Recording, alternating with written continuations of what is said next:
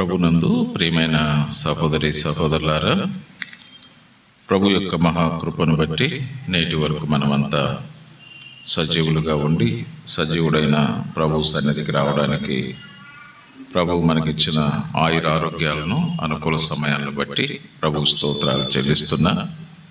మరి చేరి వచ్చిన మీ అందరికి కూడా ప్రభు అయిన యేసుక్రీస్తు పేరిట ప్రేమ వందనాలు.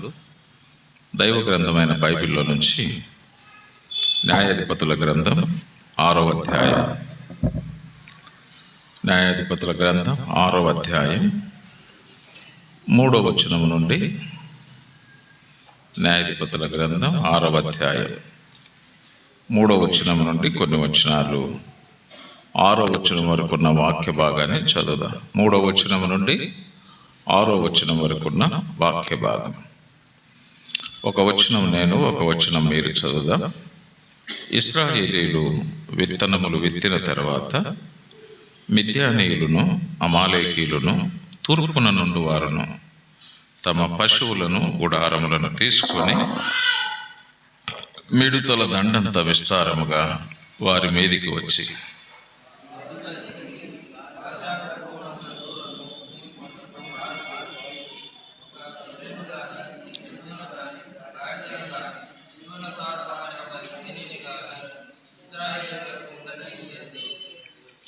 వారును వారి ఒంటెలను లెక్కలేక ఉండెను.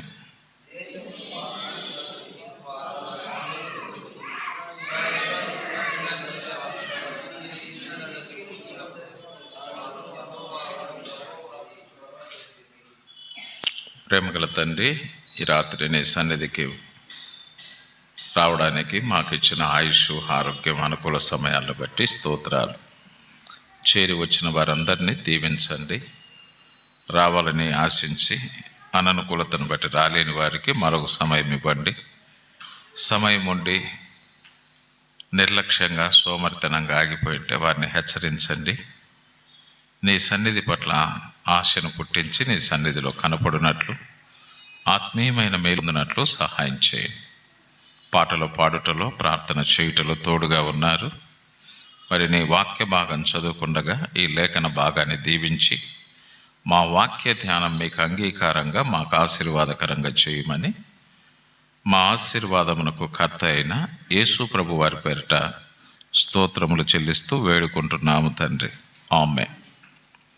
ప్రియమైన సహోదరి సహోదరులారా, మనం గత వారంలో న్యాయాధిపతుల గ్రంథం 6వ అధ్యాయాన్ని ప్రారంభించాము. ఈ 6వ అధ్యాయం మొదటి 2 వచనాలు ఇశ్రాయేలీల నివాసం మనం చూస్తాం. ఇశ్రాయేలీల నివాసం.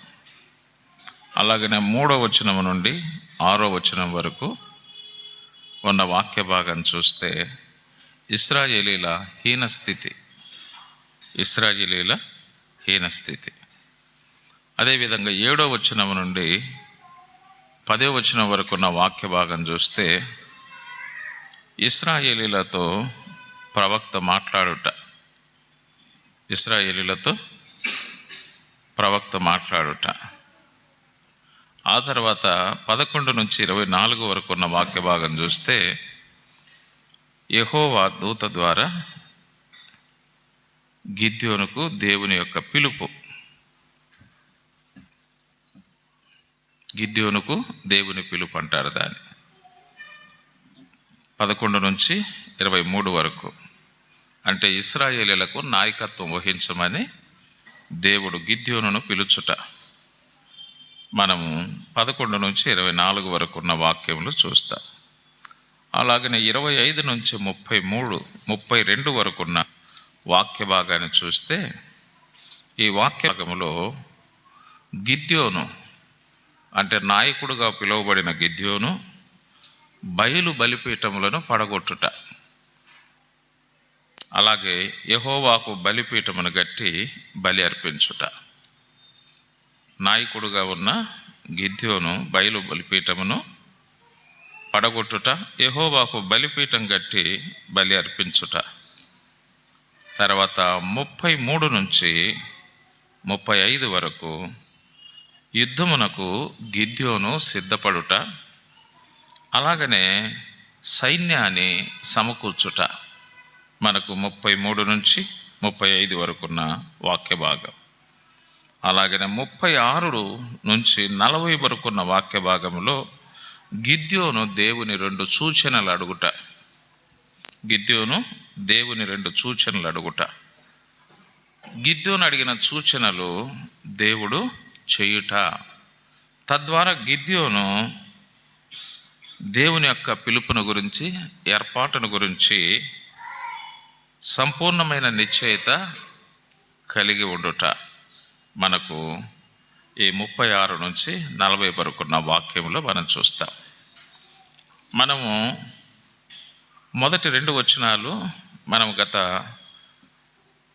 వాక్య ధ్యానములో మనం జ్ఞాపకం చేసుకున్నాం. 6వ అధ్యాయం మొదటి 2 వచనాలు మనం గత వాక్య ధ్యానంలో ఇశ్రాయేలీయుల యొక్క నివాసం, వారి నివాసం ఎక్కడున్నారు? ఇప్పుడు వారి నివాసం చూస్తే మిద్యానీయుల ఎదుట నిలవలేక కొండలలోనున్న వాగులను, గుహలను, దుర్గములను తమ కొరకు సిద్ధపరచుకొనిరి.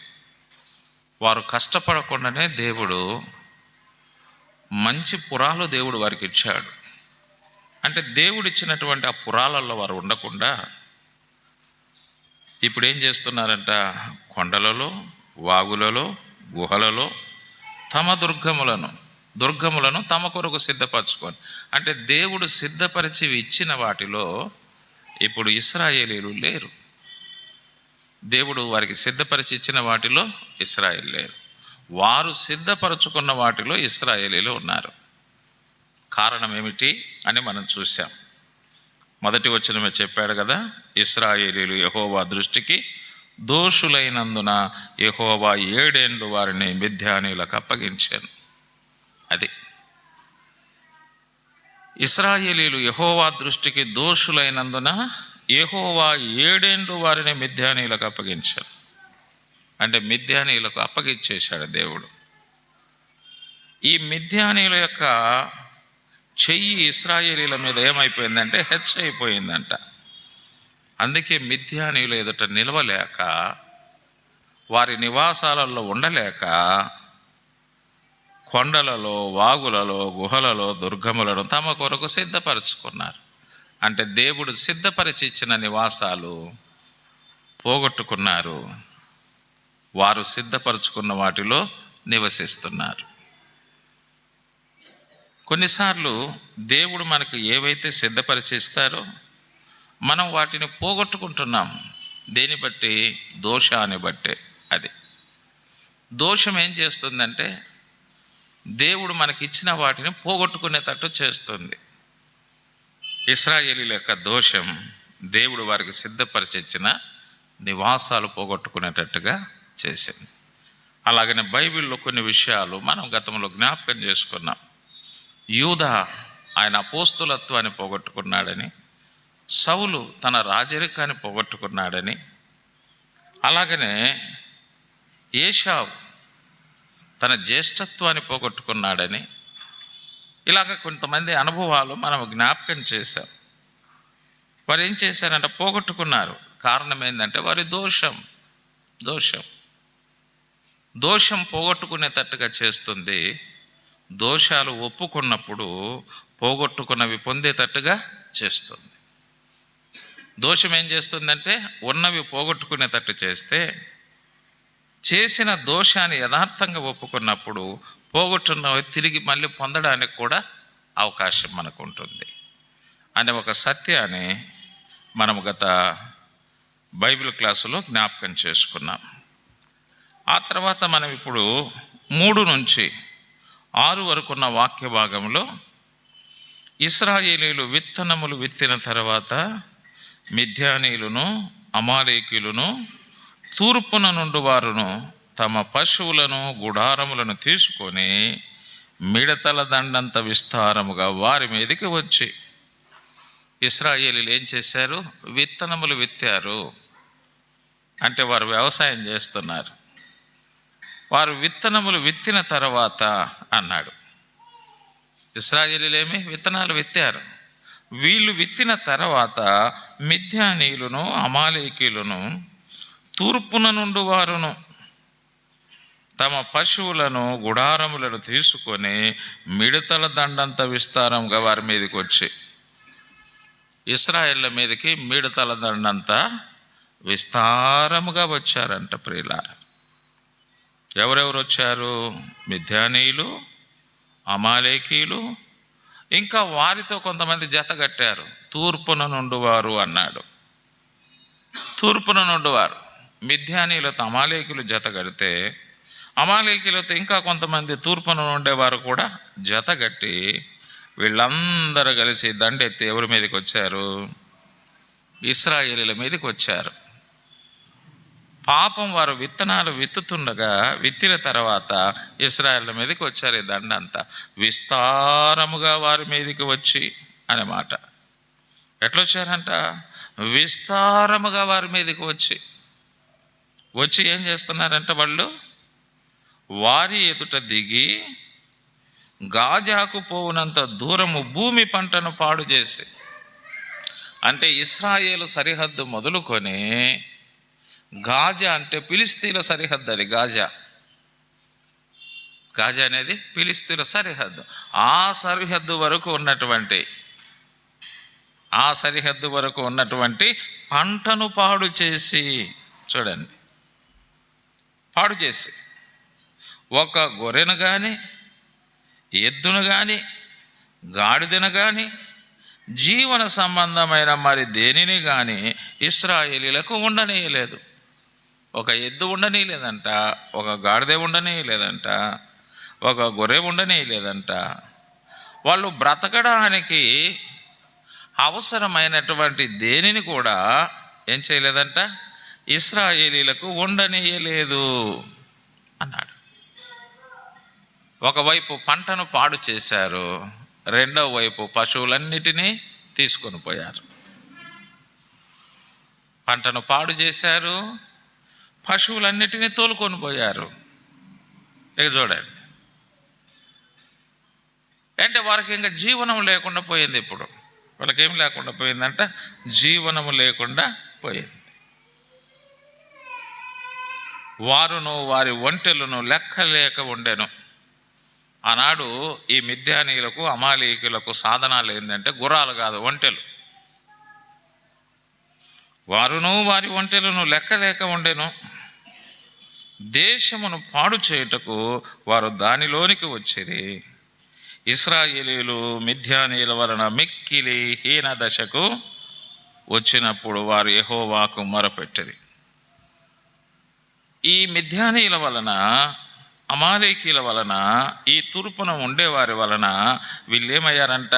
మిక్కిలి హీన దశకు వచ్చారంట. ఉన్నత స్థితిలో ఉండవలసిన ఇశ్రాయేలీలు దీన స్థితికి వచ్చేశారు. దీనికి కారకులు ఎవరు? మిద్యానీయులు. దీనికి కారకులు ఎవరు? అమాలేకీయులు. ఇక్కడ మనం చూస్తాం. మిద్యానీయులు, అమాలేకీయులు ప్రియులారా. అంటే ఈ మిద్యానీయులు అంటే ఎవరు, ఈ అమాలేకీయులు అంటే ఎవరు అనే సంగతి కూడా మనం కొంత దేవుని వాక్యంలో నుంచి చూద్దాం. మిద్యానీయులు ఆదికాండం 25వ అధ్యాయం 2వ వచనం మనం చూడండి. ఆదికాండం 25వ అధ్యాయం. ఎవరు ఈ మిద్యానీయులు? ఆదికాండం 25వ అధ్యాయం మొదటి 2 వచనాలు చదువుదాం. అబ్రహాము మరలా ఒక స్త్రీని వివాహం చేసుకొనెను. ఆమె పేరు కెతూరా. ఆమె అతనికి జిమ్రానును, యొక్షానును, మెదానును, మిద్యానును, ఇష్బాకు, షూవహు అను వారిని కనెను. ప్రియమైన దేవుని బిడ్డలారా, అబ్రహాముకు షారాకు కలిగిన కుమారుడు ఎవరంటే ఇస్సాకు. అలాగనే అబ్రహాముకు ఆగరకు కలిగిన కుమారుడు ఎవరు? ఇష్మాయేలు. ఇక్కడ షారా చనిపోయిన తర్వాత అబ్రహాము మరొక వివాహం చేసుకున్నాడు. షారా చనిపోయిన తర్వాత అబ్రహాము మరొక వివాహం చేసుకున్నాడు. ఆ వివాహం చేసుకున్న స్త్రీ పేరు ఏం పేరంట? కెతూరా. ఆమె పేరు ఏం పేరు? కెతూరా. అబ్రహాముకు కెతురాకు కలిగిన సంతానమే మనకి 2వ వచనంలో రాయబడ్డారు. ఎవరెవరు వారి సంతానము? నెంబర్ 1 జిమ్రాను, నెంబర్ 2 యోక్షాను, నెంబర్ 3 మెదాను, నెంబర్ 4 మిథ్యాను, నెంబర్ 5 ఇష్బాకు, 6 షూవహు. 6 కనింది, ఒక అరడజన్. మనం చూస్తే ఈ 6లో 4వ వ్యక్తే మిథ్యాను. ఈ అబ్రహాము కెతురాకు కలిగినటువంటి 6 కుమారులలో 4వ కుమారుని పేరే మిథ్యాను. ఈ మిథ్యానీలు కూడా ఎవరు సంతతి అంటే అబ్రహాం యొక్క సంతతే. మిథ్యానీలు కూడా ఎవరు సంతతి? వీరు కూడా అబ్రహాం యొక్క సంతతి. అయితే వీళ్ళు వాగ్దాన పుత్రులు కాదు, శరీరమును బట్టి కలిగినటువంటి పుత్రులు వీళ్ళంతా. కాబట్టి ఈ మిథ్యానీలు కూడా ఎవరి సంతానం అంటే అబ్రహాము యొక్క సంతానము, అంటే అబ్రహాము కెతురాకు కలిగిన సంతానము అని మనం చూస్తాం. రెండవది అమాలేకీయులు ఎవరంటే ఆదికాండం 36వ అధ్యాయం, ఆదికాండం 36వ అధ్యాయం, 36వ అధ్యాయం మనం గమనిస్తాం. 9వ వచనం నుండి మనం చదువుదాం. షెయూరు మన్యములో నివసించిన ఎదోమీయుల తండ్రి అయిన ఏశావు వంశావళి ఇదే. ఏశావు కుమారుల పేర్లు ఇవే. ఏశావు భార్య అయిన ఆదా కుమారుడగు ఎలీఫజును, ఏశావు భార్య అయిన బాషెమతు కుమారుడగు రగూయేలును. ఎలీఫజు కుమారులు తేమాను, ఓమారు, సెఫో, గాతాము, కనజ్. తిమ్నా ఏశావు కుమారుడైన ఎలీఫజునకు ఉపపత్ని. ఆమె ఎలీఫజుకు అమాలేకును కనెను. వీరు ఏశావు భార్య అయిన ఆదా కుమారులు. అది అంటే ఈ అమాలేకీయులు కూడా ఎవరంటే ఏశావు యొక్క సంతతి. అమాలేకీయులు కూడా ఎవరు? ఏశావు యొక్క సంతతి. వాళ్ళు కూడా అమాలేకీయులు. ప్రియమైన దేవుని బిడ్డలారా, ఏశావు యొక్క సంతతి. ఏశావు ఎవరు? ఏశావు ఎవరు? ఇస్సాకు కుమారుడు. యాకోబు, ఏశావు. ఏశావు పెద్ద కుమారుడు, యాకోబు చిన్న కుమారుడు. అది యాకోబు ఆశీర్వాదించబడిన వాడైతే ఏశావు ఆశీర్వాదం లేనివాడు. ఏశావు ఆశీర్వాదం లేనివాడు. ఆశీర్వాదం కోసం ఏడిశాడు ఏశావు కూడా. ఆ సంగతులు మనం జ్ఞాపకం చేసుకున్నాం. ఒక పూట కూటి కోసం జ్యేష్ఠత్వాన్ని అమ్ముకొని ఆ తర్వాత వాళ్ళ నాయన దగ్గరికి వచ్చి ఏడ్చినాడు. ఎంత ఏడ్చినా వాళ్ళ నాయన ఏమన్నాడంటే, ఆల్రెడీ యాకోబు తీసేసుకున్నాడురా ఆశీర్వాదము, నువ్వు ఎంత ఏడ్చినా కూడా నీకు ఒక్కటి కూడా లేదు నాయన ఆశీర్వాదము, నువ్వు బ్రతుకు దినాలన్నిట ఎలాగ ఉండాలని చెప్పాడంటే చూడండి 38వ వచనం, ఆదికాండం 27వ అధ్యాయం 38వ వచనం, 38 నుంచి చదువుదాం. ఏశావు, నా తండ్రి, నీ యొద్ద ఒక్క దీవెనే ఉన్నదా? నా తండ్రి నన్ను కూడా దీవించుమని తన తండ్రితో చెప్పి ఏశావు ఎలుగెత్తి ఏడవగా తండ్రి అయిన ఇస్సాకు, నీ నివాసము భూసారము లేకయు, ఏడుస్తూ ఉన్నాడు. నాయన ఒక్క దీవెన నీయకూడదు నాయన, నాకు అన్ని వాడికి ఇచ్చినావు నాయన అంటే అప్పుడు చెప్తున్నాడు తండ్రి అయిన ఇస్సాకు, నీ నివాసం భూసారము లేకయు పైనుండి పడు ఆకాశపు మంచు లేకయు నుండును. నీవు కత్తి చేత బ్రతుకుదువు, నీ సహోదరునికి దాసుడు వగుదువు. నీవు తిరుగులాడుచుండగా నీ మెడ మీద నుండి అతని కాడి విరిచివేయుదువు అని అతనికి ఉత్తరం ఇచ్చాను. అది నీ బ్రతుకు దినాలన్నిట ఈ విధంగా ఉంటుంది అని చెప్పాడు. నువ్వు కత్తి చేత బ్రతుకుతావు, భూసారం లేకుండా నువ్వు బ్రతుకుతావు అని ఏశావుతో చెప్పాడు. ఈ ఏశావు సంతానమే ఈ అమాలేకీయులు. అంటే ఏశావు తన జ్యేష్ఠత్వాన్ని అమ్ముకున్నాడు. అంటే అమ్ముకున్నోని యొక్క సంతానం. అమ్ముకున్నోని యొక్క సంతానం ఇది. ఇశ్రాయేలీలు అంటే కొనుక్కున్నోని యొక్క సంతానం. యాకోబు ఏం చేశాడు? కొనుక్కున్నాడు. ఏశావు ఏం చేశాడు? అమ్ముకున్నాడు. అమ్ముకున్న వాని యొక్క సంతానం ఎవరు? అమాలేకీయులు. కొనుక్కున్న వాని సంతానం ఎవరు? ఇశ్రాయేలీలు. అప్పటి నుండే యాకోబు మీద ఏముందంట? 41వ వచనం చదవండి.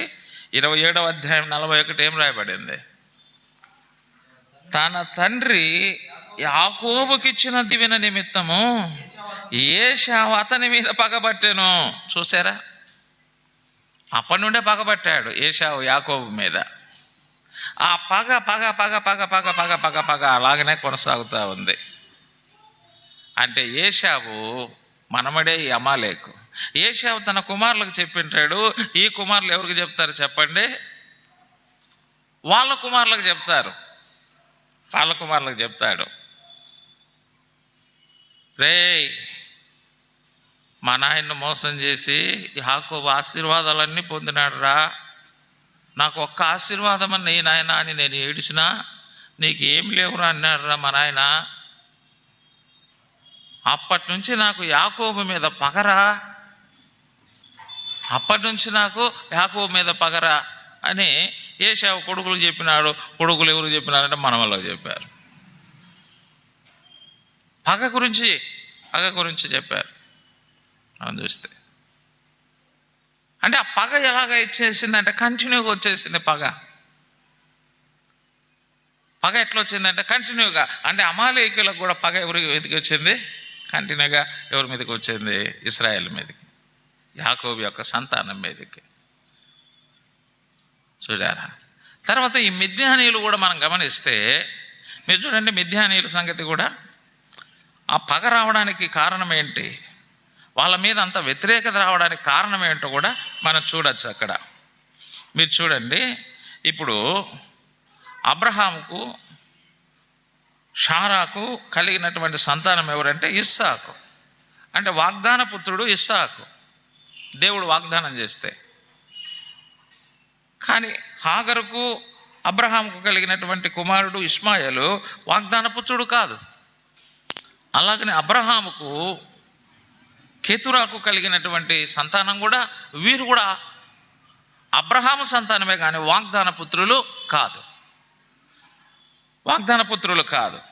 అందుకే ఇక్కడ అబ్రహాము తన ఆస్తిని ఇచ్చేటప్పుడు కూడా ఎలాగ ఇచ్చాడో మీరు చూడండి. ఆదికాండం 25వ అధ్యాయం, 5వ వచనం చూడండి. 5వ వచనం, అబ్రహాము తనకు కలిగినది యావత్తు ఇస్సాకుకిచ్చెను.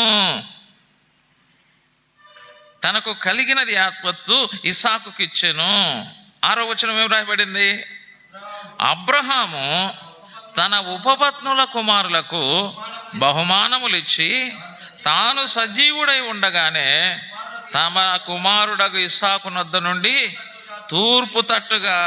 తూర్పు దేశమునకు వారిని పంపివేసెను. అందుకే వాళ్ళు తూర్పు దేశం వాళ్ళు అంటారు. తూర్పు నుండి అనే మాట అక్కడ చెప్తాడు.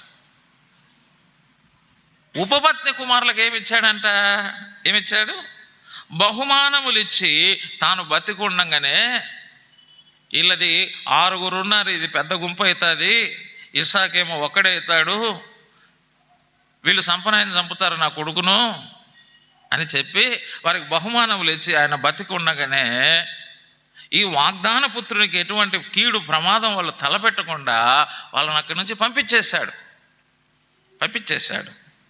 అంతకుముందు ఎవరిని పంపించారు? హాగర్ కలిగిన సంతానాన్ని కూడా పంపించేశారు. షారా బతికుండగానే ఏం చెప్పింది? ఈ దాసిని, దీని కుమారుని నువ్వేం చేయాలి? పంపించేయి అనేది. ఎందుకంటే ఈ దాసి దీని కుమారుడు ఇక్కడ ఉంటే నా కుమారుడికి ప్రమాదం జరుగుతుంది. అప్పుడు షారా చెప్పినట్టుగా హాగర్ కుమారుని పంపించేశాడు. ఆ సంగతులు ఎక్కడ మనకు? ఇదే ఆదికాండంలోనే మనకు కనపడతాయి. ఇదే ఆదికాండంలోనే 21వ అధ్యాయంలో మనం గమనిస్తే 10వ వచనం నుండి మనం చదివితే, ఈ దాసిని దీని కుమారుని నువ్వు వెలగొట్టు, పంపించేసే, నా కుమారునితో వీడు వారసుడు కాడు. అప్పుడు అబ్రహాముకు దుఃఖం కలిగింది, కానీ దేవుడు కూడా ఏం చెప్పాడంటే, నీ భార్య చెప్పినట్టుగా నువ్వు చెయ్యి, ఆ దాసిని దాని కుమారుని నువ్వు పంపించేయి అని దేవుడు కూడా చెప్పాడు. అప్పుడు హాగరు కుమారుని అక్కడి నుండి పంపించేశాడు. అది మనకు 21వ అధ్యాయం చెబుతా ఉంది. 25వ అధ్యాయంలో కెతూరా సంతతిని అంతటిని కూడా పంపించేశాడు. హాగరు సంతతిని పంపించేశాడు ఇసాకు దగ్గర ఉండకుండా, కెతూరా సంతతిని పంపించేశాడు ఇసాకు దగ్గర ఉండకుండా. ఎందుకంటే వీళ్ళు దేనికోసం పోరాడతారంటే, ఇస్సాకు దగ్గర ఉంటే దేనికోసం పోరాడతారు? వారసత్వం కోసం పోరాడతారు. దేనికోసం పోరాడతారు? వారసత్వం కోసం పోరాడతారు వీళ్ళు. మేము కూడా ఎవరమో? అబ్రహాము యొక్క సంతానం, మేము కూడా వారసులమే. ఇస్సాకుకు ఎంత ఆస్తి ఇస్తావో అంత నాకు ఇవ్వాలి కొట్లాడతారు. అందుకే అప్పుడు హాగరు యొక్క సంతానాన్ని పంపించాడు, ఇప్పుడు కేతురా యొక్క సంతానాన్ని పంపించారు. ఎందుకంటే వారసత్వం కోసం వారు పోరాడతారు, ఎలాగైనా సరే పోరాడతారు, ఎలాగైనా సరే. నాకు దేవుడిచ్చినటువంటి వారసుడు ఎవరు, వాగ్దాన పురుషుడు ఎవరంటే ఇస్సాకే. అంటే ఇస్సాకులో నుంచి దేవుడు దైవ ప్రణాళికను నెరవేర్చాలని ఉద్దేశించాడు. వీళ్ళు ఇస్సాకుతో ఉంటే దైవ ప్రణాళిక నెరవేర్చడానికి ఆటంకంగా ఉంటారు వీళ్ళు. ఎందుకంటే ఇస్సాకులో నుంచి ఎవరు రావాలి? యాకోబు రావాలి. యాకోబులో నుంచి ఎవరు రావాలి? 12 గోత్రాలు రావాలి. ఈ 12 గోత్రాలలో నుంచి యూదా గోత్రం రావాలి. యూదా గోత్రములో నుండి యేసుక్రీస్తు రావాలి. యేసుక్రీస్తు ద్వారా ఈ ప్రపంచానికి ఆశీర్వాదం రావాలన్నదే దైవ ప్రణాళిక.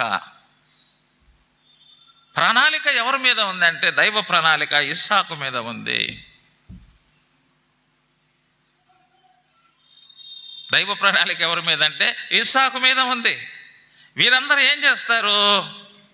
ఆ ప్రణాళికకు అడ్డుగా నిలబడతారు వీళ్ళు. వారసత్వం కోసం, హక్కుల కోసం పోరాడతారు వీళ్ళు. మేము కూడా వారసులమే, మేము కూడా వారసులమే, మేము కూడా వారసులమే, మా తండ్రి కూడా అబ్రహామే, మా తండ్రి కూడా అబ్రహామే, నువ్వెంతో మేమంతే అని వాళ్ళు ఏం చేస్తారు? రేపు పోరాడతారు. అందుకే వారిని ఏం చేశాడంటే, అబ్రహాము దగ్గర నుంచి ఇస్సాకు దగ్గర నుంచి వారిని పంపించేశాడు. అంటే వారు శరీరపరంగా పుట్టినటువంటి పుత్రులు, వాగ్దాన పుత్రుడు ఒకే ఒకడు. ఎందుకంటే ఈ శరీరానికి, ఈ ఆత్మకు ఎప్పుడు పోరాటం జరుగుతూనే ఉంటుంది.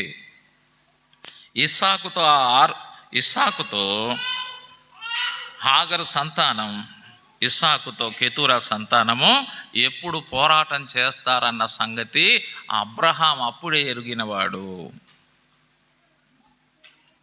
అబ్రహాం అప్పుడే ఎరిగినవాడు. ఎందుకంటే అబ్రహాముకు దైవ ప్రణాళిక బయలుపరచబడింది. నీ సంతానం వలన భూలోకములోని జనాంగములను నేను ఆశీర్వాదిస్తానని దేవుడు ఎప్పుడో అబ్రహాముతో చెప్పాడు. దైవ ప్రణాళికను ఎరిగినవాడు అబ్రహాం. అందుకే ఈ వాగ్దాన పుత్రునితో ఈ శరీర సంబంధమైన పుత్రులు పోరాటం చేస్తారు. వాగ్దాన పుత్రుడేమో ఒక్కడు, శరీర సంబంధమైన పుత్రులేమో ఒకరు. 6 కెతూరా సంతానం, ఒకడేమో హాగరు సంతానం, వాళ్ళు 7 మంది. అంటే శరీర సంబంధమైన పుత్రులు ఎక్కువగా ఉన్నారు, వాగ్దాన పుత్రుడు ఒక్కడే ఉన్నాడు. వాగ్దాన పుత్రుడు ఎక్కువగానే ఉన్నాడు. కొత్త నిబంధనలు అదే మనకు చెప్తారు. ఆత్మ ఫలాలు తక్కువగా ఉంటాయి, శరీర సంబంధమైన కార్యాలు ఎక్కువగా ఉంటాయి. అది కొత్త నిబంధన సత్యం మనకు నేర్పించేది. ఆత్మఫలాలు ఎక్కువగా ఉంటాయా, శరీర సంబంధమైన కార్యాలు ఎక్కువగా ఉంటాయంటే కొత్త నిబంధన శరీర కార్యాలే ఎక్కువగా ఉంటాయి ఆత్మ కార్యాల కంటే. మీరు చూడండి మీరు గలతీ పత్రికకు ఒకసారి మనం వద్దాం. గలతీ పత్రిక 5వ అధ్యాయం, గలతీలకు రాసిన పత్రిక 5వ అధ్యాయం 17 నుంచి మనం చదువుదాం. శరీరము ఆత్మకును, ఆత్మ శరీరమునకును విరోధముగా అపేక్షించును, ఇవి ఒకదానికి ఒకటి వ్యతిరేకముగా ఉన్నవి. గనుక మీరేవి నిశ్చయింతురో వాటిని చేయకుందరు. ఆత్మ శరీరం ఎప్పుడు ఒకదానికి ఒకటి వ్యతిరేకంగా ఉంటుంది. వాగ్దాన పుత్రునికి శరీర సంబంధమైన పుత్రులకు ఎప్పుడు ఒక లింక్ కుదరదు. అక్కడ మట్టికి సిమెంట్కు కలిసిపోతుందా? మట్టి సిమెంట్ కలిసిపోదు. మట్టి సిమెంట్ మాదిరిగా కనపడుతుంది కానీ మట్టిలో సిమెంట్ కలిసిపోదు. ఈ శరీర సంబంధమైన పుత్రులు కూడా అబ్రహాము సంతానముగా పిలువబడతారు కానీ వారు వాగ్దాన పుత్రులు కాదు. పిలువబడ్డానికేమో అబ్రహాము సంతానంగా పిలువబడతారు కానీ వారు శరీర సంబంధమైన సంతానం. అది చెప్పాడనమాట. అందుకే కొత్త నిబంధన మనకు నేర్పేది ఏంటంటే ఆత్మకు శరీరానికి ఎప్పుడు కూడా విరోధముగా ఉంటుంది. ఒకదానికి ఒకటి ఎలాగ ఉంటుందంట, వ్యతిరేకంగా ఉంటుంది. వ్యతిరేకంగా ఇవి ఫైటింగ్ చేస్తూ ఉంటాయన్నమాట. అందుకే ఆ ఫైటింగ్ ఆపడానికి అబ్రహాం ఏం చేశాడు? వారిని పంపించేశాడు. ఆ ఫైటింగ్ ఆపడానికి అబ్రహాం ఏం చేశాడు? వారిని పంపించేశాడు. ఇప్పుడు శరీర కార్యాలు ఎన్ని ఉన్నాయో, ఆత్మ ఫలాలు ఎన్ని ఉన్నాయో మనం చూద్దాం. ఇవి ఎక్కువ ఉన్నాయా, అవి ఎక్కువ ఉన్నాయో మనం చూద్దాం. 18వ వచనం నుండి మనం చదువుదాం. మరియు ఆత్మచేత నడిపింపబడిన ఎడల ధర్మశాస్త్రములకు లోనైన వారు కారు. శరీర కార్యములు స్పష్టమై ఉన్నవి అన్నాడు. అంటే స్పష్టంగా ఉన్నాయి. అక్కడ శరీర సంబంధమైన పుత్రులు కూడా స్పష్టంగా రాయబడి ఉన్నారు. ఇక్కడ శరీర సంబంధమైన కార్యాలు కూడా స్పష్టంగా ఉన్నాయి. మనం చూస్తాం, కార్యాలు కూడా స్పష్టంగానే ఉన్నాయి. అవేవనగా అన్నాడు. అవేవనగా జారత్వము, అపవిత్రత, కాముకత్వము, విగ్రహారాధన, అభిచారము, ద్వేషములు, కలహములు, మత్సరములు, క్రోధములు, కక్షలు, భేదములు, విమతములు, సూయలు, మత్తతలు, అల్లరితో కూడిన ఆటపాటలు మొదలైనవి అన్నాడు. 15 చెప్పినాడు. అక్కడ ఇంకా ఉన్నాయి అన్నాడు, మొదలైనవి ఉన్నాయి అన్నాడు. ఇవి కొన్ని చెప్తున్నాను అన్నాడు. ఇవి కొన్నే నేను చెప్తున్నాను, ఇంకా మొదలైనవి ఉన్నాయి అన్నాడు. వీటిని చేయువారు దేవుని రాజ్యమును స్వతంత్రించుకొనలేరు. అదే ఈ శరీర పుత్రులు ఎలాగా అబ్రహాముకు వారసులు కాలేరో, ఒక్కడే వారసుడు ఇస్సాకు, వాగ్దాన పుత్రుడు. అలాగనే ఈ శరీర సంబంధులు కూడా దేవుని రాజ్యానికి కూడా ఏం కారంట, వారసులు కారు అని చెప్పాడు. అక్కడ ఆ వారసత్వం అనేది వీళ్ళకు దక్కదు అని చెప్పాడు. అది చెప్పాడు. ఆ తర్వాత మీరు చూడండి 22వ వచనం. అయితే ఆత్మఫలమేమనగా అన్నాడు. అంటే ఇది ఆత్మకార్యాలు: ప్రేమ, సంతోషం, సమాధానం, దీర్ఘశాంతం, దయాళుత్వం, మంచితనం, విశ్వాసం, సాత్వికం, ఆశా నిగ్రహం. ఇవన్నీ ఉన్నాయి 9. ఇవి తక్కువ ఉన్నాయి, అవి ఎక్కువ మనకున్నాయి. అది సంగతి. ఇవి తక్కువ ఉన్నాయి, అవి ఎక్కువ ఉన్నాయి. ఇస్సాకు ఒక్కడే, వారు చూస్తే ఏడుగురు మనం చూస్తాం. అందుకే శరీర కార్యాలు ఎక్కువగా ఉంటాయి, ఆత్మకార్యాలు తక్కువగానే మనకు ఉంటాయి. వాగ్దాన పుత్రుడు ఒక్కడే, శరీర పుత్రులు 7గురుగా మనం చూస్తాం. అందుకే వీళ్ళు ఏం చేస్తారంటే ఇస్సాకుతో ఎప్పుడైనా సరే వారసత్వం కోసం పోరాడతారు. వీళ్ళ తత్వం ఏంటంటే పోరాడే తత్వం. మేము కూడా నీతో పాటు సమానమే, నీతో పాటు మేము సమానం, మేము తక్కువ కాదు. పోరాడతారు. అందుకే వారిని ఏం చేస్తున్నాడు? పంపించేశాడు. ఈ ఆత్మకు వ్యతిరేకంగా పోరాడే ఈ శరీర కార్యాలను కూడా మనం ఏం చేయాలి? పంపించేయాలి.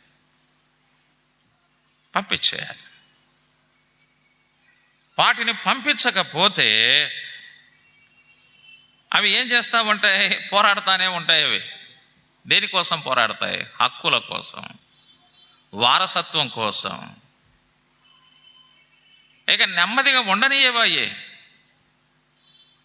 ఇస్సాకును నెమ్మదిగా ఉండనీయరు వాళ్ళు. అబ్రహాముకు తెలుసు. ఈ శరీర కార్యాలు కూడా మనను కూడా నెమ్మదిగా ఉండనీయవు. శరీర కార్యాలు కూడా మనను కూడా నెమ్మదిగా ఉండనీయవు.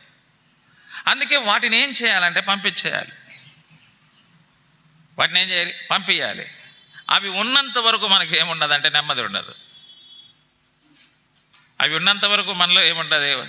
మనకు నెమ్మది ఉండదు. వాటిని పంపించినప్పుడే మనకేమొస్తుందంటే నెమ్మది కలుగుతుంది. అది చెప్పాడు కొత్త నిబంధన సత్యం అదే. కాబట్టి వీళ్ళు ఎవరంటే మిద్యానీయులు. ఎవరు వాళ్ళు? కూడా అబ్రహాము సంతతి. వీళ్ళు కూడా అమాలేకులు కూడా అబ్రహాము సంతతి. వీళ్ళందరూ కూడా మనం చూడండి, అంటే వీళ్ళకు ఏంటంటే మొదటి నుంచి ఒక పగ. ఎవరి మీద? ఇశ్రాయేలీల మీద. ఇస్సాకుకేమో అంత ఇచ్చేశాడు అబ్రహాము, మాకేదో చిన్న చిన్న బహుమానాలు ఇచ్చారు. అది కేతురా సంతతికి ఏముంది? ఇశ్రాయేలీల మీద పగ ఉంది. అంతా ఆయనకి ఇచ్చేసినాడు. మాకు చూస్తే చిన్న చిన్న బహుమానాలు ఇచ్చి మీరు ఇక్కడి నుంచి వెళ్ళిపోండి అంటున్నాడు. పగపట్టారు. మీరు యోసేపు విషయంలో కూడా చూడండి. యోసేపుకు వాళ్ళ నాయన యాకోబు ఒక నిలువుటంగి కుట్టిస్తాడనమాట. ఈ నిలువుటంగి కుట్టిస్తే మా నాయన యోసేపుకు నిలువుటంగి కుట్టిస్తాడా, మాకేమో మామూలు అంగి తీపిస్తాడా అని అతని మీద ఏం చేశారు? వీళ్ళు పగబట్టారు. పగబట్టారు. అక్కడ ఇచ్చింది ఎవరు? అబ్రహాం ఇచ్చాడు ఇస్సాకుకు. ఇక్కడ ఇచ్చింది ఎవరు? యోసేపుకు యాకోబు ఇచ్చాడు. వాళ్ళు ఒకవేళ పగబట్టాల్సి వస్తే ఎవరి మీద పగబట్టాలా? ఇచ్చిన వాళ్ళ మీద పగబట్టాలా? వాళ్ళు ఎవరి మీద పగబట్టాలా? అబ్రహాం మీద పగబట్టాలా?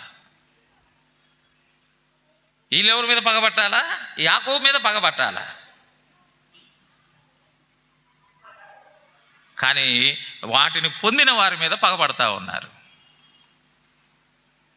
ఇచ్చిన వారి మీద యాకోబు, అబ్రహాము మీద కాకుండా, యాకోబు మీద కాకుండా ఈ పొందిన వారి మీద ఏం చేస్తున్నారంటే వీళ్ళు పగబడతా ఉన్నారు. అది సంగతి అన్నమాట. ఒకవేళ అబ్రహాముని ఏమైనా అంటామా? అనలేరు వాళ్ళు. యాకోబుని ఏమైనా అంటారా? అనలేరు. అలాగనే దేవుని ఏమైనా అన్నామా? ఏం దేవుడా వాళ్ళకి ఎక్కువ ఇచ్చినావు, నాకు తక్కువ ఇచ్చినావు, నువ్వు పక్షపాతం కలిగినవు నువ్వు అంటామా? అనం. మనం దేవుని ఏమనం కానీ ఆ పొందిన వాళ్ళ మీద మాత్రం ఏం చేస్తామంటే పగబట్టేస్తాం. ఇచ్చిన దేవుని మనం ఏమనలేము. ఆ పొందిన వారిది తప్పేముంది? దేవుడు ఇస్తే వాళ్ళు తీసుకున్నారు. పొందిన వారిది తప్ప, పొందిన వారిది తప్పు కాదు. వారి మీద పగ. అందుకే ఇక్కడ మిద్యానీయులు ఇస్సాకు సంతతైన ఇశ్రాయేలు మీద పగ పెట్టుకున్నారు. అలాగనే అమాలేకీయులు కూడా వారు ఏశావు సంతతి. ఈ యాకోబు సంతతి మీద, యాకోబు కూడా ఆశీర్వాదించబడినవాడు, ఆశీర్వాదం పొందినవాడు. మనం చూస్తే ఆశీర్వాదం ఇచ్చింది ఎవరు? ఇస్సాకు ఇచ్చాడు. ఇస్సాకు మీద పడాలి వాళ్ళు. కానీ వారి సంతతి మీద పడ్డారు. మనం చూస్తే అంటే వారికి పగ అనేది ఎప్పటి నుంచి ఉంది? ముందు నుంచే ఉంది. ముందు నుంచే వారి మనస్సులో అది ఎక్కడి నుంచి స్టార్ట్ అయిందంటే, ఇక్కడ మిద్యాను దగ్గర నుంచే స్టార్ట్ అయింది, అక్కడ ఏశావు దగ్గర నుంచే స్టార్ట్ అయింది. మిద్యాను వారి కుమారులకు చెప్పాడు, వారి కుమారులు వీళ్ళ కుమారులకు చెప్పారు. ఆ పగ అలాగనే ఏశావు వారి కుమారులకు చెప్పారు, వారి కుమారులు వీళ్ళ కుమారులకు చెప్పారు. ఆ పగ ఎలాగొచ్చేసిందంటే అలాగొచ్చేసింది. అది కంటిన్యూగా పగ. ఫ్యాక్షనిస్టులుగా మనం చూస్తాం. ఫ్యాక్షనిస్టులు కొన్ని ఫ్యాక్షన్ విషయాలు అప్పుడప్పుడు యూట్యూబ్లలో పెడతా ఉంటారు. ఎప్పుడో వీడు చిన్నగా ఉన్నప్పుడు వాళ్ళ నాయన చంపేసి ఉంటారంట. వాళ్ళ నాయన చంపిన వారిని వీడు మనసులో పెట్టుకుంటాడంట. మనసులో పెట్టుకొని ఎలాగైనా సరే మా నాయన చంపిన వాడిని చంపాలని ఏమీ తెలియకుండా వాళ్ళందరితో బాగా ఉంటాడంట. బాగా ఉన్నట్టుండి ఒకరోజు వాళ్ళ నాయన చంపిన వ్యక్తిని చంపేస్తాడంట. అంటే పగ ఎంతవరకు ఉంటుంది? చచ్చేంత వరకు ఉంటుందంట పగ. ఎంతవరకు ఉంటుంది? చచ్చేంత వరకు పగ. కానీ ఈ లోక సంబంధమైన ఫ్యాక్షనిస్టులు అంటే వాళ్ళు చచ్చేంత వరకు పగ వాళ్ళది ఉంటుంది. అది వారు ఒకరినొకరు చంపుకున్నారు. కానీ ఇక్కడ వీళ్ళు పగ పట్టడానికి అది కారణం కాదు. కాబట్టి కెతూరా సంతతి కంటే ఇస్సాకు సంతతి షారా సంతతి ఆశీర్వాదించబడుట ద్వారా కెతూరా సంతతి పగబట్టింది. యాకోబు సంతతి ఆశీర్వాదించబడుట ద్వారా ఏశావు సంతతి ఏమని చేసిందంటే పగబట్టింది. అది అక్కడ మనం చూస్తూ ఉన్నాం. ఈ పగ అనేది ఇది కొత్త పగ కాదు, అది పాత పగనే. అది పాతదే. ఇది కొత్తగా ఇప్పుడు వచ్చినది కాదు. అది వాళ్ళ మనసులో ఎప్పటి నుంచో ఇశ్రాయేలీల మీద ఏముందంటే పగ ఉంది. వారిని నాశనం చేయాలి, నాశనం చేయాలి అనే పగ వారి మనసులో ఎప్పటి నుంచో ఉంది అన్నమాట. మనసులో ఎప్పటి నుంచో ఉంది. ఇప్పుడు ఏమైందంటే వీరు యెహోవా దృష్టికి దోషులు కావడం చేత యెహోవానే వారికి అప్పగించారు. అంటే ఎవరికి అప్పగించాడు? పగ వారికి అప్పగించాడు. ఎవరికి అప్పగించాడు? 7 సంవత్సరములు మిద్యానీయులకు అప్పగించాడు. అంటే ఎవరైతే వీరి మీద పగబట్టారో వారికే దేవుడు అప్పగించాడు. చూడండి, ఇక పగ వారికి అప్పగించి ఎట్లుంటుంది చెప్పండి? ఈ మధ్య గవర్నమెంట్ మారుతానే అక్కడక్కడ వాళ్ళ ఆపోజిట్ వాళ్ళు దొరికితే కొట్టి పెడతారు. కారణం ఏంది? ఇక పగవాళ్ళు దొరికినారనమాట. మనం చూస్తే పగవాళ్ళు దొరికినారు. వాళ్ళు పోయి కంప్లైంట్ చేసినా కూడా ఏం చేయడం లేదు, కంప్లైంట్ తీసుకోవడం లేదంట. ఏమంటున్నారు? మీరు వాళ్ళు దొరికినప్పుడు మీరు కొట్టినారు, ఇప్పుడు మిమ్మల్ని కొట్టినారు, పోండి అంటున్నారంట. ఎట్లుంది చూడండి, ఎట్లుంది? అట్లుందంట. కాబట్టి ప్రియమైన దేవుని బిడ్డలారా, మనం చదువుకున్న ఈ లేఖన భాగాలు మనం చూస్తే ఇది పురాతనముల నుంచి ఇశ్రాయేలు మీద మిద్యానీయులకు అమాలేకీయులకు ఏమున్నది? ఒక పగ ఉంది. అందుకే ఇప్పుడు ఇశ్రాయేలీలు ఏమైపోయారంటే యెహోవా దృష్టికి దోషులైపోయినారు. అందుకే 7 సంవత్సరాలు దేవుడు మిద్యానీయులకు అప్పగించాడు ఇశ్రాయేలీయులను. అంటే వీళ్ళు పగ తీర్చుకోవడానికి ఇంకా ఏమొచ్చింది? అవకాశం వచ్చింది.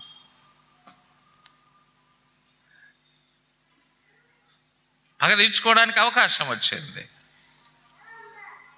ఇస్సాకు సంతతి మీద, యాకోబు సంతతి మీద మాకంటే ఎక్కువగా ఆశీర్వాదించబడ్డారు వీళ్ళని ఎలాగైనా నాశనం చేయాలా, ఆ ఆశీర్వాదం లేకుండా చేయాలా అనేది వాళ్ళ ఉద్దేశం అన్నమాట. వాళ్ళ ఉద్దేశం. కాబట్టి ఇప్పుడు మిద్యానీయులు అమాలేకులు కలిసి ఏం చేస్తున్నారంట? మిద్యానీయులు అమాలేకులు కలిసి ఏం చేస్తున్నారు? ఇప్పుడు ఇశ్రాయేలీలు విత్తనములు విత్తిన తర్వాత మిద్యానీయులను అమాలేకీయులను తూర్పును నుండి వారును తమ పశువులను గుడారములను తీసుకొని మిడతలంతా విస్తారముగా వారి మీదకి వచ్చి, ఇక మాకు అప్పగించాడు దేవుడు, ఇక మేము పగ తీర్చుకుందామని వచ్చారు వీళ్ళు. మిద్యానీయులు అంటే అర్థం ఏంటంటే, మిద్యాను అంటే కలహము జగడము అని. అమాలేకు అంటే అర్థం ఏంటంటే నాకి వేయుట అని. మిద్యాన్ అంటే అర్థమైంది కలహము జగడం. అంటే ఇశ్రాయేలీలతో ఎప్పుడెప్పుడు కలహం పెట్టుకోవాలి, ఎప్పుడెప్పుడు జగడం పెట్టుకోవాలని ఎదురు చూస్తూ ఉన్నారన్నమాట. దేనికోసం ఎదురు చూస్తున్నారు వీళ్ళు? ఇశ్రాయేలీలతో ఎప్పుడెప్పుడు కలహం పెట్టుకోవాలి, ఎప్పుడెప్పుడు జగడం పెట్టుకోవాలి. కలహాల కోసం, జగడాల కోసం ఎదురు చూస్తున్నారు మిద్యానీయులు. చూడండి, ఇప్పుడు సందర్భం వచ్చింది, ఇంకా వచ్చేసారు మీదికి. సందర్భం వచ్చింది, వచ్చేసారు. కాబట్టి అమాలేకులు అంటే ఎవరు? నాకి వేయుట. మిద్యానీయులు అంటే కలహము జగడం అని అర్థం. అమాలేకు అంటే నాకి వేయుట అని అర్థం. అవును ప్రియులారా, ఈ కలహము ద్వారా, జగడము ద్వారా, నాకి వేసే వారి ద్వారా ఇశ్రాయేలీల పరిస్థితి ఎలాగైపోయిందంట? వారి పంటను పాడు చేశారు, వారి పశువులను తీసుకొని వెళ్ళిపోయారు, తినడానికి పంట లేకుండా చేశారు, పశువులు లేకుండా చేశారు, వారికి జీవనము లేకుండా చేశారు. ఈ జగడాలు, కలహాలు మన జీవితాలలో కూడా లేకుండా చేస్తాయి. కలహం ఎటువంటిదంట? నీటి గట్టున పుట్టు ఒక ఊట లాంటిది అన్నాడు.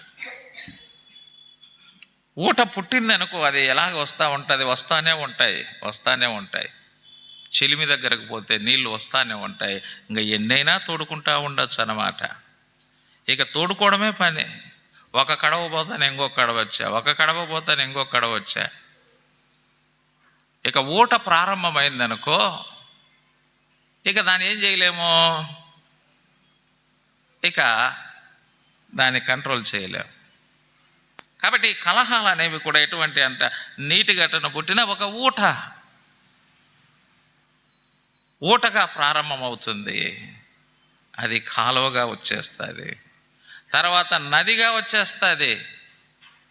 అంటే అది చిన్నగా ప్రారంభించబడి అది ఒక పెద్ద నదిగా అది ప్రవహించి ఏం చేస్తాయి? నాశనం చేస్తాయి. కొన్ని కుటుంబాలు కూడా కలహాలతో పాడైన కుటుంబాలు మనకున్నాయి. చిన్నవే జరిగింటాయి, చిన్న విషయాలకే చాలా కుటుంబాలు ఏమైపోతున్నాయి? పాడైపోతున్నాయి. ఏముండవు, చిన్న విషయం. కొన్నిసార్లు చిన్న విషయాలే కలహాలు, కొన్నిసార్లు చిన్న విషయాలు ఏమైపోతున్నాయంటే జగడాలు. పెద్దవి కూడా ఉండవు, అవి న్యాయబద్ధమైనవి ఏముండవు, హేతుబద్ధమైనవి ఏముండవు. మనం చూస్తే న్యాయబద్ధమైనవి, హేతుబద్ధమైనవి ఏముండవు. మనం చూస్తే అది ఎట్లుంటాయంటే, ఆ కలహాలకు, జగడాలకు కారణము ఎలకను పట్టుకోవడానికి ఇల్లు అంతా కాల్చినట్టుగా ఉంటుంది. ఒక ఎలకను పట్టుకోవడానికి ఏం చేస్తారు? ఇల్లంతా కాల్చినారంట. అలాగనే చిన్న చిన్న విషయాలకే కొంతమంది కుటుంబాలు పాడైపోతాయి. చిన్న చిన్న విషయాలకే కొన్నిసార్లు సంఘాలు కూడా ఏమైపోతాయి? పాడైపోతాయి. మిద్యాన్ అంటే కలహము, జగడం. అందుకే ఈ కలహాలకు, ఈ జగడాలకు ఏమై ఉండాలి? దూరంగా ఉండాలి. వాటికి మనం దూరంగా ఉండగా, అబ్రహాం అందుకే కదా వాళ్ళకు దూరంగా పంపించేశాడు. వాటికి దూరంగా మనం ఉంటే మన పంట బాగుంటుంది, మన పశువులు బాగుంటాయి, మన పంటలు బాగుంటాయి, మన పశువులు బాగుంటాయి. అవి దగ్గరకు వచ్చినాయనుకో ఇశ్రాయేలీల పంట పొలాల దగ్గరికి వచ్చాయి, ఇశ్రాయేలీల పశువుల దగ్గరికి వచ్చాయి. ఇక పాడే. అందుకే అబ్రహాం అప్పట్లోనే వాటిని ఏం చేశాడంటే పంపించేశాడు ఈ మిద్యానీయులను. ఈ కలహాలకు, దూరాలకు, ఈ కలహానికి, జగడానికి మనం ఏమై ఉండాలి? దూరముగా ఉండాలి. ఇస్సాకుతో కూడా ఫిలిష్తీయులు కలహం పెట్టుకున్నారు, జగడం పెట్టుకున్నారు. ఆయన కూడా కలహాలకు, జగడాలకు దూరంగా వెళ్ళిపోయినాడు. దూరంగా వెళ్ళిపోయినటువంటి ఇస్సాకు ఏమైనాడంటే దీవించబడ్డాడు. వాటికి దూరంగా ఉన్నవారు క్షేమంగా ఉంటారు, కానీ ఆ కలహాలతో, జగడాలతో కాలం గడిపేవారు మాత్రము ఏమైపోతారంటే పాడైపోతారు. ఒకటి, వ్యక్తిగతంగా వారి హృదయాలు పాడవుతాయి. 2, వారి కుటుంబాలు పాడవుతాయి. 3, వారి ద్వారా అనేక మంది పాడవుతారు. కాబట్టి కలహాలు, జగడాలు అనేవి ఏం చేస్తాయంటే పాడు చేసేవి. మన మిద్యానీయులు ఏం చేసేవాళ్ళు? వీళ్ళు పాడు చేశారు. తర్వాత అమాలేకి అంటే అర్థమైంది నాకివేయుట. ఈ కలహాలు, జగడాల ద్వారా మొత్తం నాకుని పోయినట్టు పోతాయి పరిస్థితులు. పిల్లలకు ఐసిస్తే నాకి పెడతా ఉంటారు చూడండి. అంటే మొత్తం పుల్ల వచ్చేంత వరకు నాకి పెడతారు. ఏమా ఈ ముక్కులో నుంచి గారుతూ ఉంటుంది ఐస్ మీద, అది నాకుతారు, ఇది నాకుతారు. ఆ పుల్ల కనపడాలన్నమాట. కొంచెం ఉన్న దాని మీద ఐస్ క్రీము వదిలిపెట్టరు, మొత్తం నాకేస్తారు పుల్ల కనపడేంత వరకు. ఈ అమాలేకి అంటే కూడా మనను నాకేసేటివి. ఈ కలహాలు, జగడాలు మనను నాకినట్టుగా చేస్తాయి, ఏమి లేకుండా చేస్తాయి, పంటలు లేకుండా చేసినాయి, పశువులు లేకుండా చేసేసినాయి. చూడండి, వారికి జీవనాధారం లేకుండా చేసేసాయి. కాబట్టి ప్రియమైన దేవుని బిడ్డలారా, అవి మన జీవితాలను నష్టం చేసేవి. అందుకే అబ్రహాము ఎప్పుడో ఇవన్నీ కూడా గమనించి వాటిని దూరముగా ఏం చేస్తున్నాడు? పంపించేశాడు.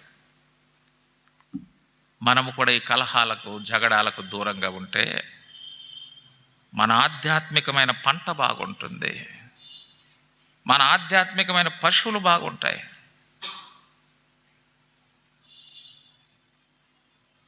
పంట, పశువులు ఈ 2 జీవనానికి సంబంధించినవి.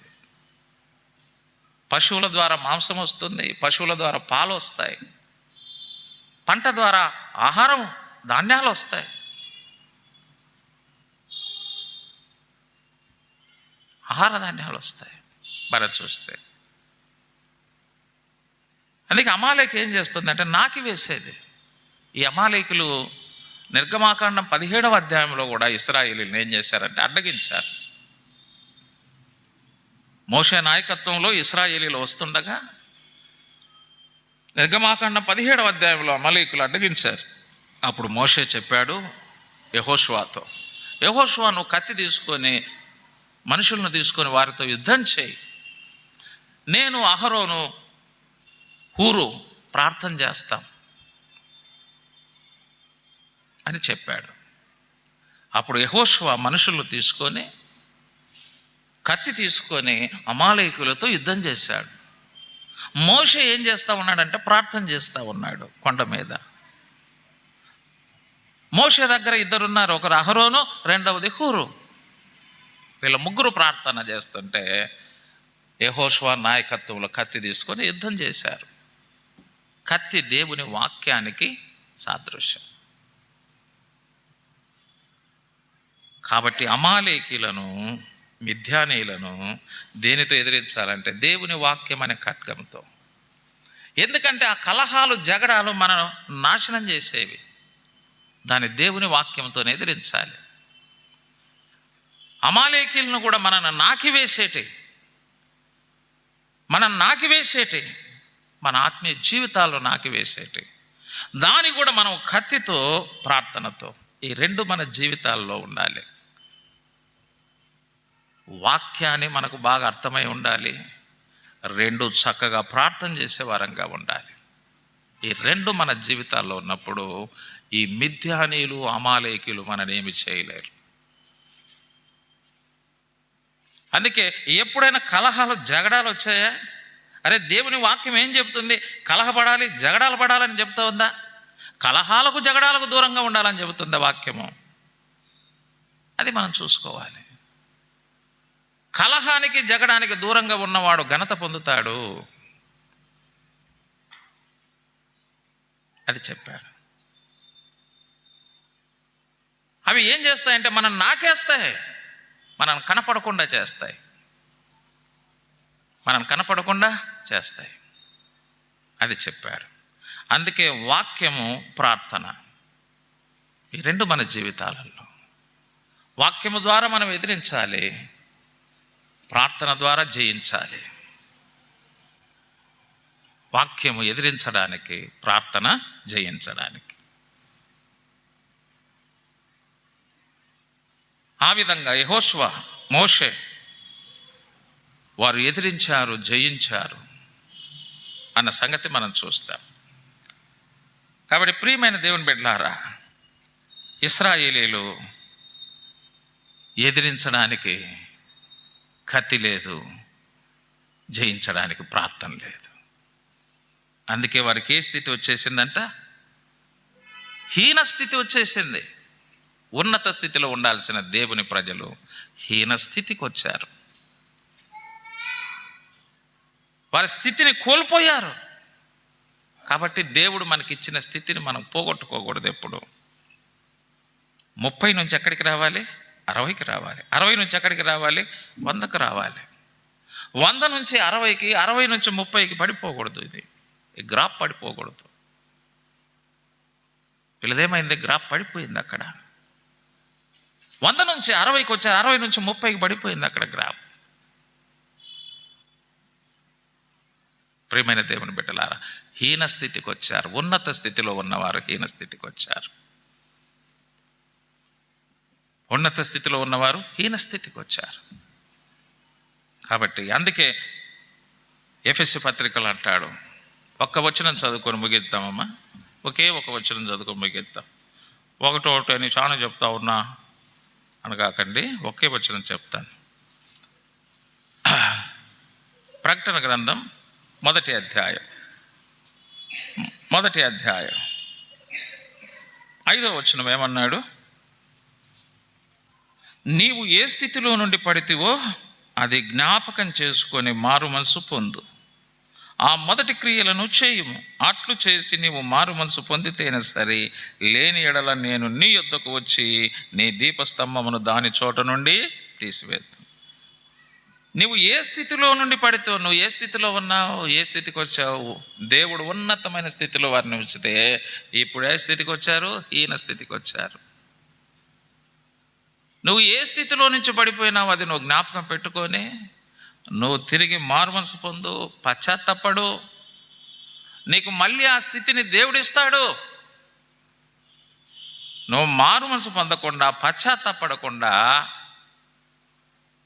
నువ్వు అలాగనే ఉంటే నీకు ఉన్నదాన్ని కూడా నువ్వు పోగొట్టుకుంటావు అని హెచ్చరించాడు. ఎఫెసీ సంఘాన్ని హెచ్చరించాడు, కానీ ఎఫెసీ సంఘం దిద్దుకోవడానికి ఇష్టపడలేదు. అందుకే ఆ తర్వాత దీపస్తంభం అక్కడి నుంచి తొలగించబడింది. ప్రభు మనని హెచ్చరించేటప్పుడు మనం ఒప్పుకోవాలి, ప్రభువా నన్ను ఆత్మీయంగా ఉన్నత స్థితిలో ఉంచావు నాయన, నేను ఇప్పుడు హీన స్థితికి వచ్చాను. ఈ కలహాల ద్వారా, జగడాల ద్వారా, ఈ మిథ్యానుల ద్వారా, అమాలేకుల ద్వారా నన్ను క్షమించండి ప్రభువా, నన్ను కరుణించండి ప్రభువా. ఈ కలహాలు, జగడాలు, ఈ మిథ్యానీయులు, అమాలేకులు నా జీవితంలో తీసివేయండి నాయన. నన్ను ఆత్మీయంగా ఉన్నతమైన స్థితికి తీసుకురండి ప్రభువా అని మనం పశ్చాత్తాపంతో కూడిన ప్రార్థన చేసినప్పుడు తిరిగి ఆ స్థితిని ప్రభు మనకిస్తాడు. ఆ స్థితి పొందాలన్నదే ప్రభు యొక్క ఉద్దేశం. హీన స్థితిలో ఉండాలన్నది ప్రభు యొక్క ఉద్దేశం కాదు. అందుకే ప్రభు మనకు అవకాశం ఇస్తుండగా తిరిగి మన స్థితిని మనం జ్ఞాపకం చేసుకొని ప్రభు దగ్గర మన బలహీనతలు ఒప్పుకొని